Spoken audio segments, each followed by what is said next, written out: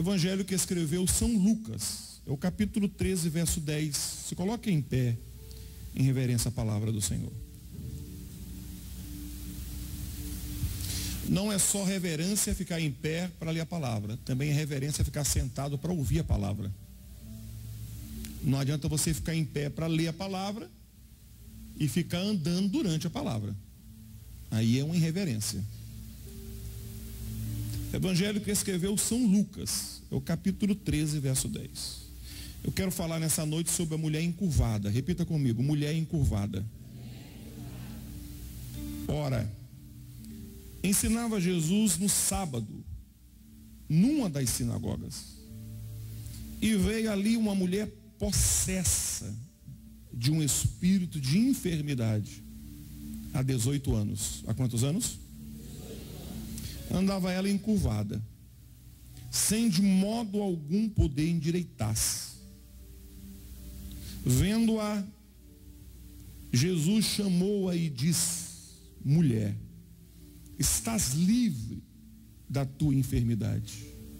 E impondo as mãos sobre ela, imediatamente, quando? Se endireitou e dava glória a Deus. O que ela fez? O chefe da sinagoga, indignado, chateado, perturbado de ver que Jesus curara no sábado, disse à multidão: 6 dias há em que se deve trabalhar. Vim depois nesses dias para serdes curados, e não no sábado. Disse-lhe, porém, o Senhor: hipócritas, cada um de vós não despende, não solta da manjedoura no sábado o seu boi ou o seu jumento para levá-lo a beber? Por que motivo não se deveria livrar deste cativeiro em dia de sábado esta filha de Abraão? Quem, irmãos?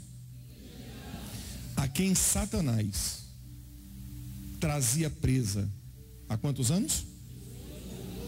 Tendo ele dito essas palavras, todos os seus adversários se envergonharam, entretanto o povo se alegrava, e todos ficavam de maneira, com o coração cheio, glorificando o que Jesus realizava. Não fecha a Bíblia. Pai, fala conosco nessa noite. Nós te agradecemos no nome de Jesus. Dá glória a Deus.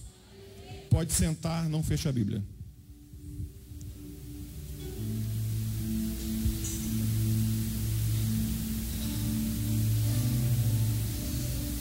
O texto que nós lemos aqui nessa noite é o texto que fala-nos de uma ida de Jesus à sinagoga. O texto declara-nos que o Senhor Jesus entrara na sinagoga. Sinagoga é a igreja dos judeus, é a religião judaica. Jesus entra na sinagoga naquele sábado, e a Bíblia diz que quando Jesus entra na sinagoga, também entra ali uma mulher que há 18 anos sofria de uma enfermidade. Não somente de uma enfermidade, mas a Bíblia diz que ela sofria de uma possessão demoníaca. Está escrito aí. Não sou eu que estou inventando. O texto é claro em afirmar que Satanás, no verso 16, havia prendido aquela mulher em grilhões, em prisões de uma enfermidade que durara 18 anos. Qual era essa enfermidade? Ela tinha uma curvatura. Era uma mulher encurvada. O que ela era, Betesda? Uma mulher? Durante 18 anos, ela andava encurvada. Eu sou extremamente apaixonado por esse texto, porque a história desta mulher me ensina princípios, me traz luz, me traz entendimento a muitas coisas que nós passamos nessa vida. A gente vai acumulando tanta coisa, a gente vai passando por tantas dificuldades, parece que o mundo nos impõe uma curvatura, parece que as opressões, parece que as dificuldades, as lutas, as traições, parece que vai nos debilitando, parece que vai nos minando, parece que vai nos curvando. Mas hoje é dia, hoje é noite, sobremodo oportuna, do Senhor quebrar essa curvatura e nos colocar em pé, reto, ereto, diante da presença da glória a Deus. Eu não ouvi o glória a Deus. Ela andava encurvada, ela andava... O que uma pessoa encurvada consegue enxergar? Primeiro, uma pessoa encurvada, ela provavelmente sofria de uma enfermidade chamada espondilite degenerativa. Essa doença atinge especialmente a coluna, degenerando a coluna e tornando a coluna flexível. Provavelmente essa mulher sofrera dessa doença imposta por Satanás. Ela andava encurvada. E uma pessoa encurvada, Bethesda, só consegue olhar para baixo, para o chão. Primeira verdade, ela enxergava o declínio, ela enxergava as dificuldades, ela enxergava as pedrinhas. A segunda coisa que eu entendo aqui desse texto é que quem anda encurvado não consegue olhar para frente, só consegue olhar para trás. A sua visão não é frontal, a sua visão é para trás. Satanás impôs com que ela olhasse para baixo e para trás. Eu vou repetir até te ensinar um princípio aqui. O que é que Satanás faz? Tira de você a visão no horizontal e impõe para você uma visão para baixo e uma visão para trás, só vê o passado. Mas hoje Jesus vai colocar você de novo na posição para você olhar para frente e para cima. Davi disse: eleva os meus olhos para os montes, de onde me virá o socorro? O meu socorro vem do Senhor, que fez os céus e a terra está acima dos montes. Eu não ouvi glória a Deus, eu não ouvi aleluia, eu não ouvi uma linda salva de palmas ao Senhor nosso Deus, Todo-Poderoso, Criador dos céus e da terra.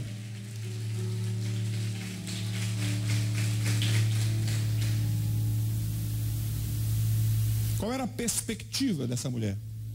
Primeiro, andar encurvada para sempre. Segundo, não ter uma noite de sono agradável por causa das dores. Terceiro, não sentir o calor de um abraço porque ela era encurvada, ela não conseguia abraçar ninguém. Quarto, olhar sempre para baixo. Quinto, não poder sentar como uma pessoa normal. Se ela era encurvada, ela não podia sentar como vocês estão sentando. Ela tinha que sentar de lado e ver de lado. Sexto, não poder ver o rosto das pessoas enquanto falava com elas. Eu lendo esse texto, me debruçando sobre esse texto, Deus em Cristo Jesus me trouxe lições e aprendizado que eu queria nessa noite compartilhar com vocês de maneira simples e cirúrgica. São, amados, 5 lições, 5 passos que eu aprendo aqui que eu quero compartilhar com vocês. O primeiro passo está no verso de número 11, amados irmãos. O que eu aprendo aqui em primeiro lugar? Qual é a primeira lição? O que eu aprendo com essa mulher? Que as limitações não a impediram de buscar ajuda. Repitam comigo: suas limitações não a impediram de buscar ajuda. Olha o que diz o verso 11, Bethesda: e veio ali uma mulher. Olha para mim. Ela tinha todas as razões. Eu falei o quê? Para ficar em casa. Para dizer: há 18 anos eu sofro de uma doença. Há 18 anos eu sofro de um mal.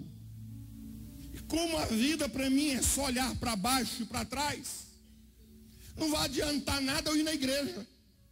Há 18 anos eu oro, há 18 anos eu busco, há 18 anos eu suplico, há 18 anos eu tento. Nada aconteceu. É melhor ficar em casa do que ir para a igreja.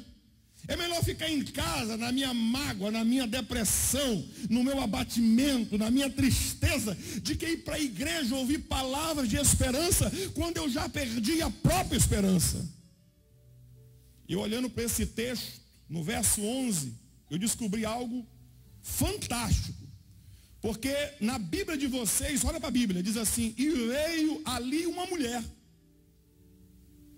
Só que no original não está escrito assim. O texto original não dá a ideia que veio ali uma mulher. O original diz: eis aí uma mulher. Eis aí. Percebam que o verso 11, a chegada dela é posterior à chegada de Jesus. Olha para mim, Bethesda. Jesus chegou primeiro. Chegou primeiro há 2000 anos atrás com essa mulher e chegou primeiro aqui nessa noite. Quando você veio para cá, ele já estava aqui te esperando. Ainda que você diga lá na tua casa que não tem jeito, ele veio aqui para olhar para você nessa noite e dizer: eis aí um homem, eis aí uma mulher. Hoje é a noite sobremoda oportuna dessa curvatura acabar e de você ficar ereto para a glória e para a honra do Senhor e Salvador Jesus Cristo.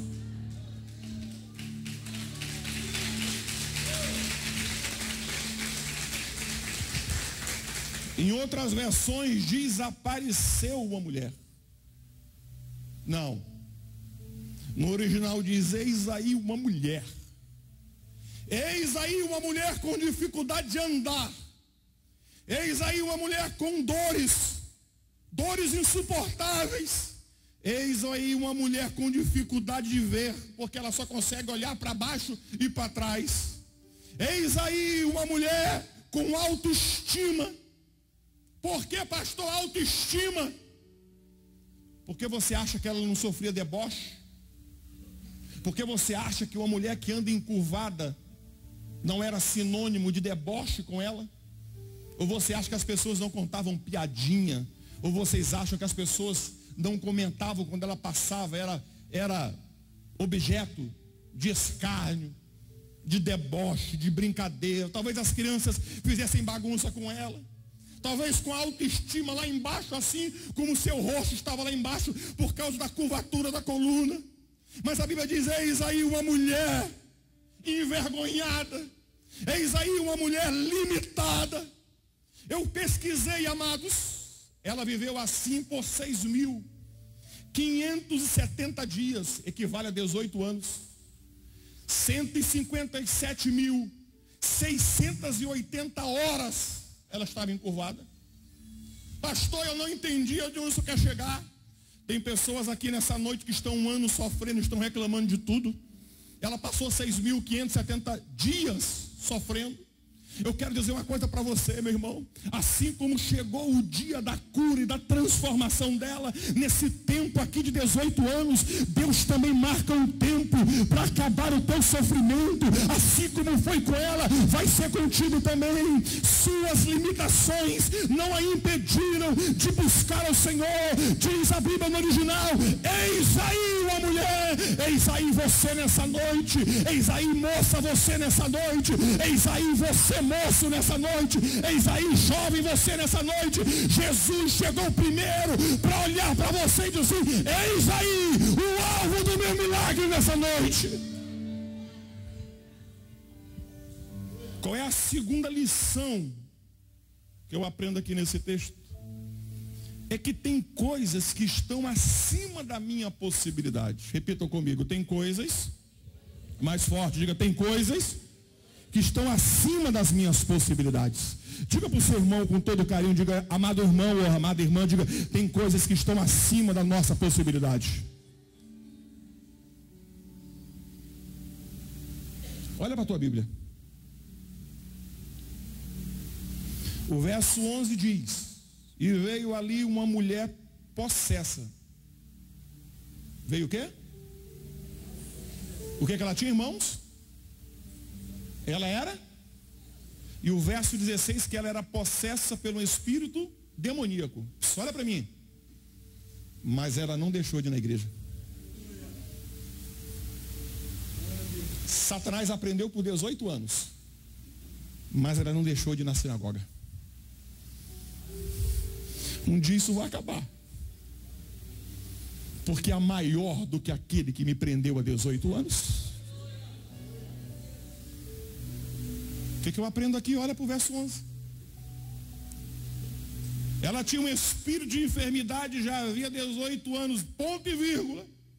Andava encurvada. Leiam comigo, irmãos. Leiam comigo. Sem, de modo algum. Ela tentou, ela lutou, ela se esforçou. Quantas vezes com a força física ela tem tentado trazer de novo a coluna para o lugar. Quantas vezes essa mulher deve ter se encostado na parede e ter feito forças. Quantas vezes foi no médico, quantas vezes foi no especialista, quantas vezes foi no culto, quantas vezes viu o rabi, quantas vezes ouviu a palavra, quantas vezes orou, quantas vezes tentou. Eu lembro muito dessa mulher, porque o Evangelho de Lucas, no capítulo 8, se eu não me engano, no verso 43, não precisa abrir, fala-nos da mulher hemorrágica. Diz a Bíblia que ela gastou todos os seus haveres com os médicos, sem, entretanto, melhorar, mas piorar. Ela é muito similar a essa mulher, porque a mulher hemorrágica de Lucas 8, ela tentou com os médicos, gastou todos os seus haveres, não melhorou.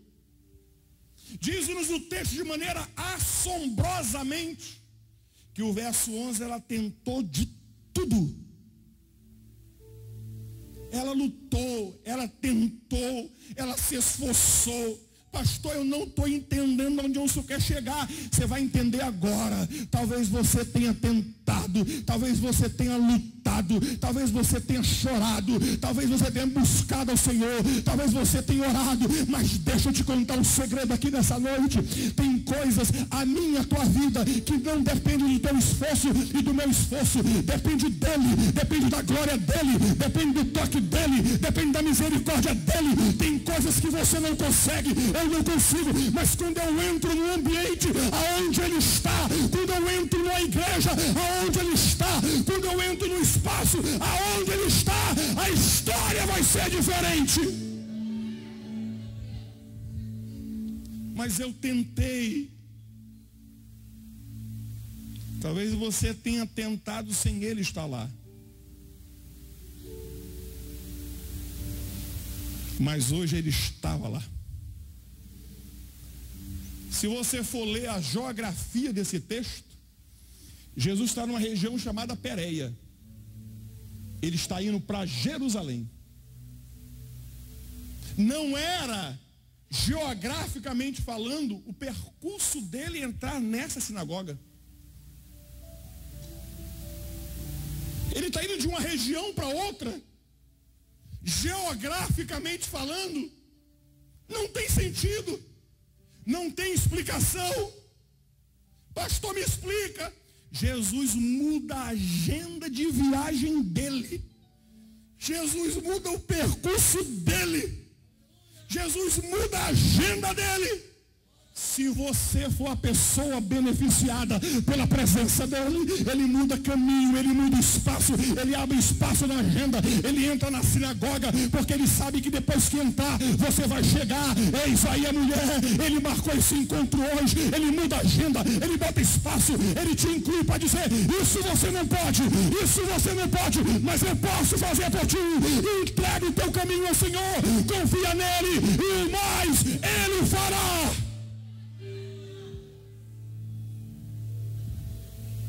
Entrega para ele aquilo que você não consegue fazer. Em terceiro lugar, o que eu aprendo aqui, pastor? Eu aprendo nesse texto que tem pessoas que irão se indignar com a tua melhora. Vira para o seu irmão e diga assim, com todo carinho, diga assim, meu irmão.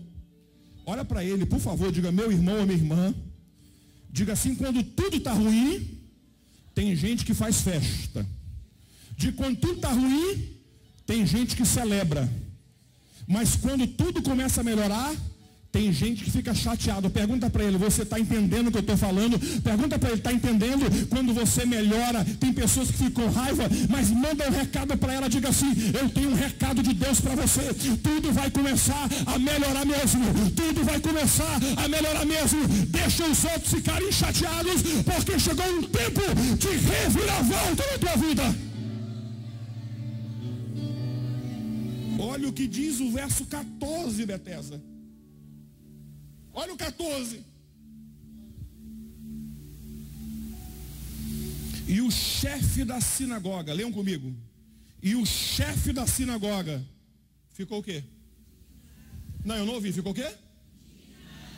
É quando você troca de carro, tem pessoas que ficam indignadas. Nós estamos filmando essa mensagem, eu vou ter que editar essa mensagem. Porque que eu vou falar aqui? Eu pastorei a igreja da Reta. Roberto está aqui, Roberto Santos. Bom te ver, meu irmão. Bom te ver. E um dia um irmão da Bethesda Congregacional, ele comprou uma televisão. Falei, pastor, porque tinha televisão de plasma, Alexandre, e depois passou a ter, não, era plasma, depois teve de LCD, foi mudando, hoje é HD e etc. Aí ele comprou uma televisão. Foi um irmão na casa dele, irmãos, botou o olho tão grande, o famoso seca-pimenteira. Não queimou a televisão do irmão? Mas eu tenho um remédio bom para seca-pimenteira. Sal grosso. E vou te provar que dá certo. Joga no olho da pessoa, vê se não dá certo, irmão.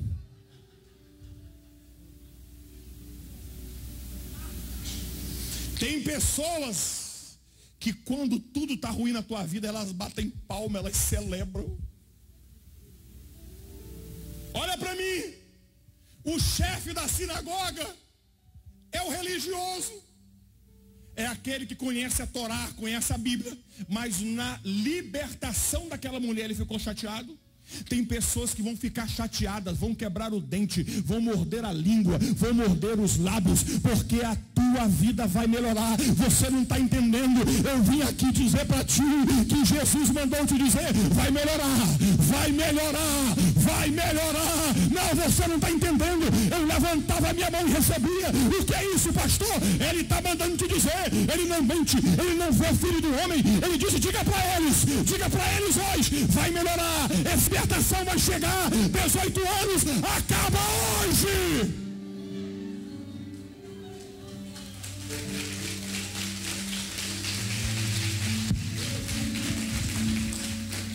Muito fraquinha essas palmas aí, meu Deus.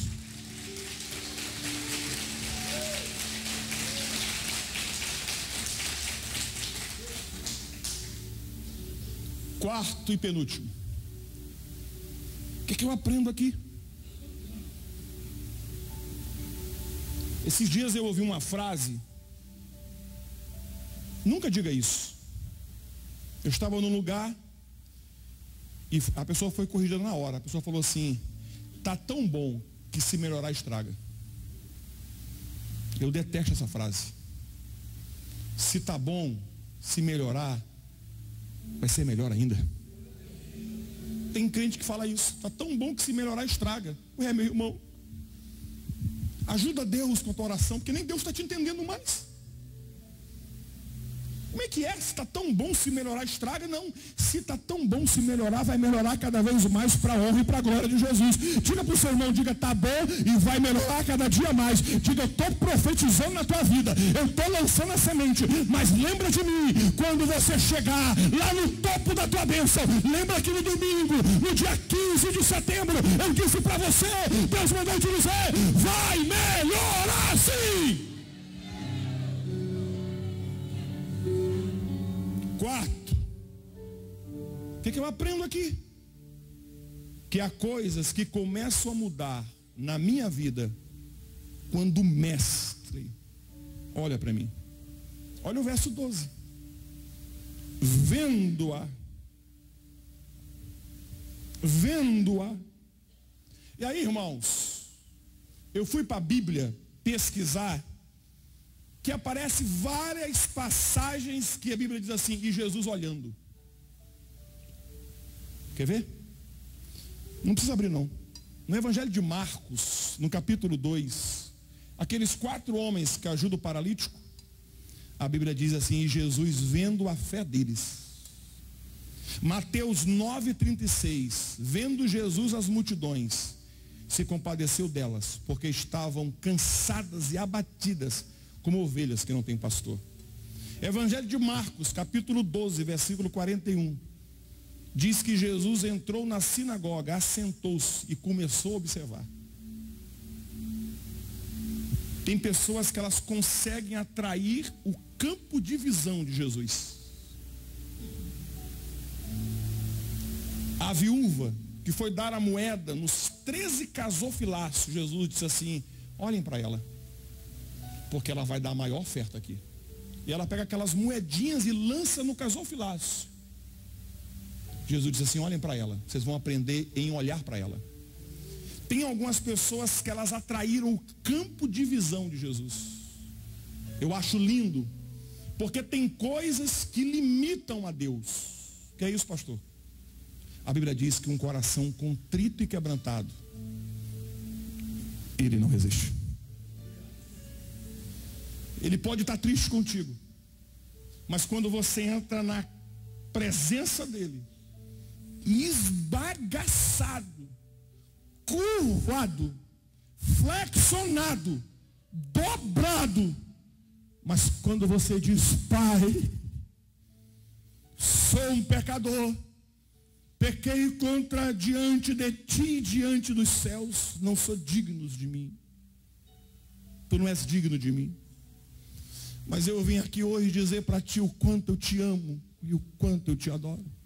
O campo de visão do Deus Todo-Poderoso assentado no seu trono de maneira soberana, o campo de visão de Deus vira-se para o Brasil, vira-se para o estado do Rio de Janeiro, vira-se para o município de Itaguaí, vira-se para a rua Prefeito José Moraes Dias, vira para o número 121, ele procura a cadeira que você está sentado e diz: ele ou ela traiu o meu campo de visão. Diz a Bíblia que Jesus na sinagoga olha para ela e diz: mulher, vem aqui. Jesus já te enxerga, agora Ele vai te chamar para fazer o sobrenatural na tua vida.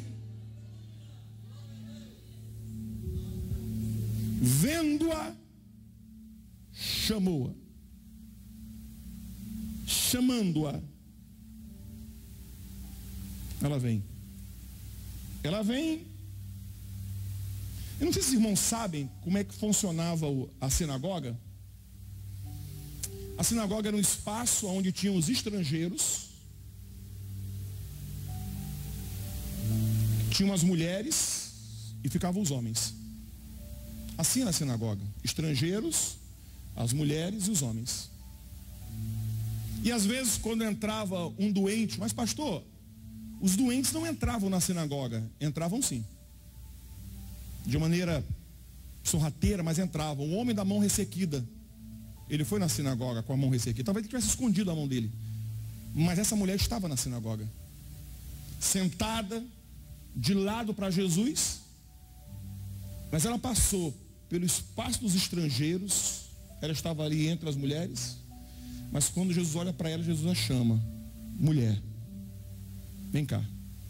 Eu acho que ela levantou da poltrona, da cadeira, acho que ela vem dobrada, curvada, mas ela se aproxima daquele que tem poder da vida, aquele que diz e assim acontece, daquele que dá visões aos cegos, João 9, multiplica pães e peixes, João 6, cura as doenças da mulher adúltera, João capítulo 8, cura os erros sexuais da mulher de João 4.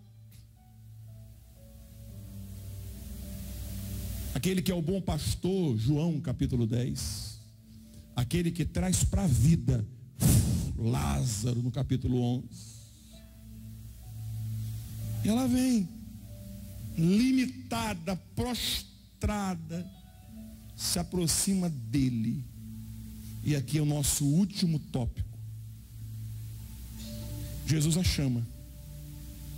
E ela vem, eu acho lindo. Não tem nada aqui na Bíblia, irmão, por estar, tem um significado.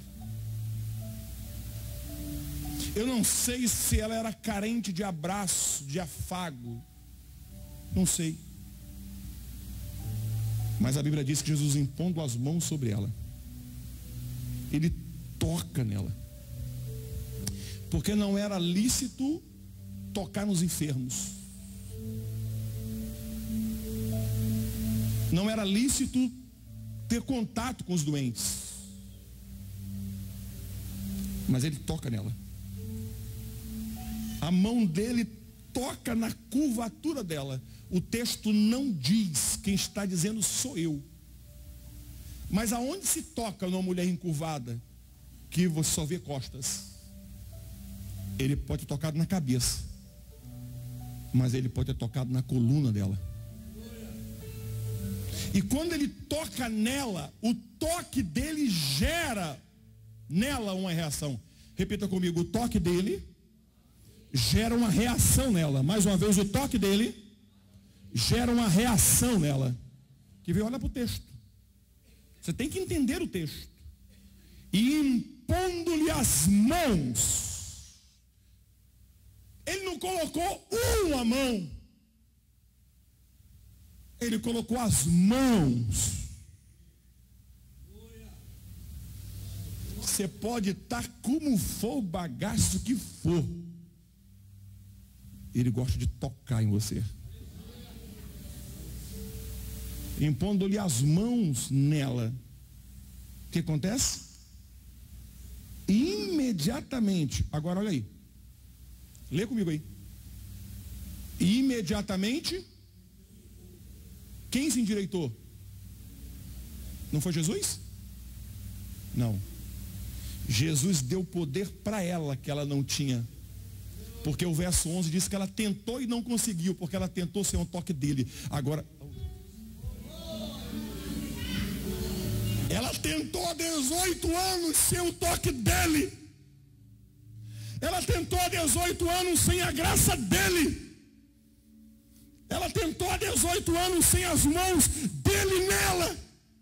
Mas hoje ela vai tentar pela primeira vez com o toque dele, com as mãos dele, com a graça dele, com o poder dele. Ele diz, agora você pode tentar. O que você não fazia antes, vai fazer agora. Eu não entendi. Depois de hoje, você vai fazer o que não fazia. Depois de hoje, você vai alcançar o que não alcançava. Hoje é diferente. Ele toca nela e gera nela um dínamos. E diz a Bíblia que ela se endireitou. Está aí. Impondo-lhe as mãos sobre ela. Leu comigo. Impondo as mãos sobre ela. Imediatamente se. E dava glórias. Glória a Deus. Glória a Deus. Glória a Deus. Glória a Deus. Eu entrei aqui encurvado, glória a Deus. Não vou voltar para casa encurvada.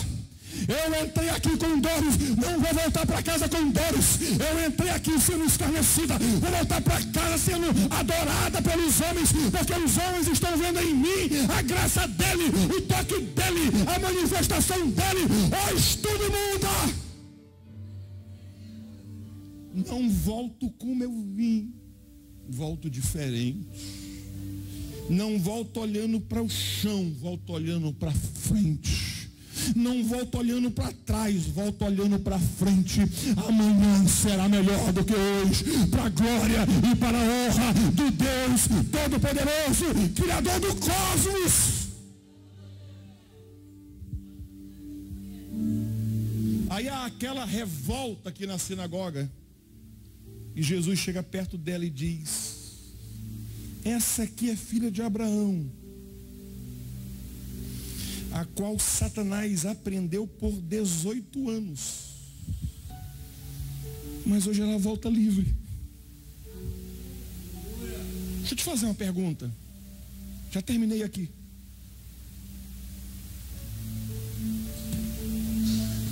Quais são as cadeias que Satanás colocou em você que estão te prendendo da reviravolta, a grande reviravolta na tua vida? Quais são os grilhões que precisam ser quebrados hoje à noite para que você experimente uma vida abundante em Jesus de Nazaré? Você veio aqui e tão certo como eu te falo, e tu podes me ouvir, o Eterno está aqui. Senão eu não viria aqui. Eu sei que Ele está aqui.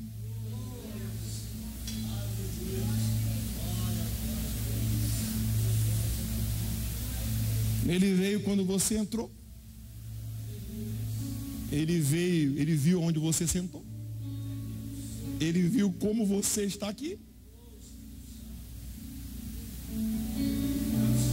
E Ele em nenhum momento deixou de olhar para ti.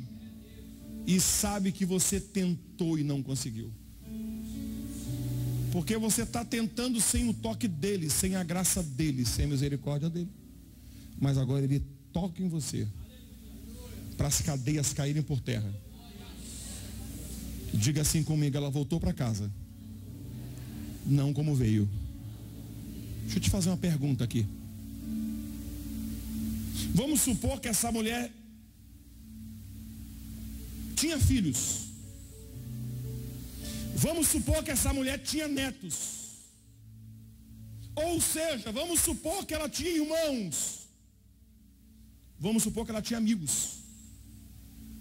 Tu imagina numa rua em que uma mulher sai curvada todo dia para o trabalho, para a sinagoga, para a casa dos parentes, para o mercado.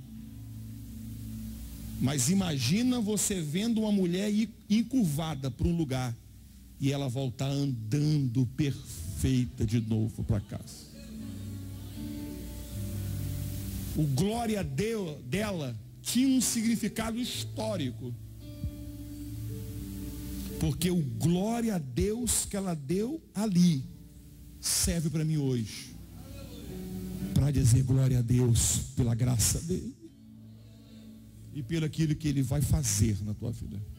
Feche teus olhos na presença de Jesus.